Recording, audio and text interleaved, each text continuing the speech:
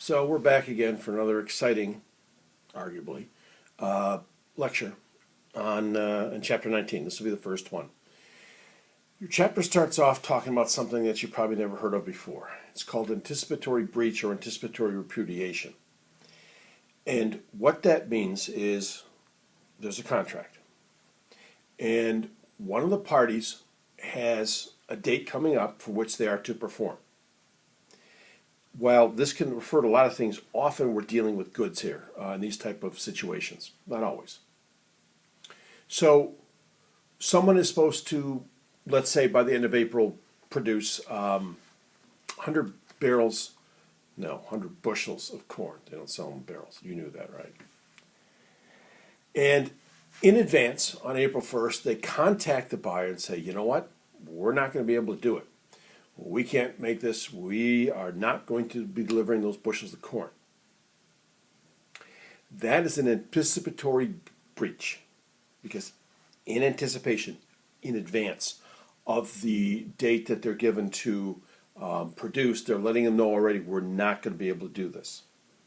It's a breach, obviously. Anticipatory repudiation is essentially the same thing. To repudiate something is to push it away from you. And so what they're doing with anticipatory repudiation is just saying, hey, we're not going to do this contract. We're not going to come through.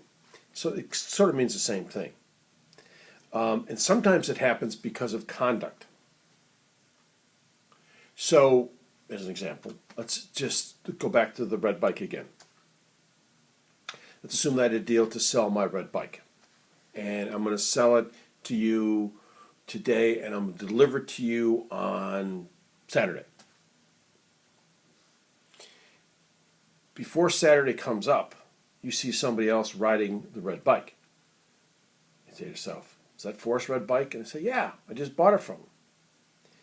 You now know that there's been anticipatory breach because in advance of the time, you already know by their conduct they're not going to come through and they're not going to deliver the bike because sold somebody else.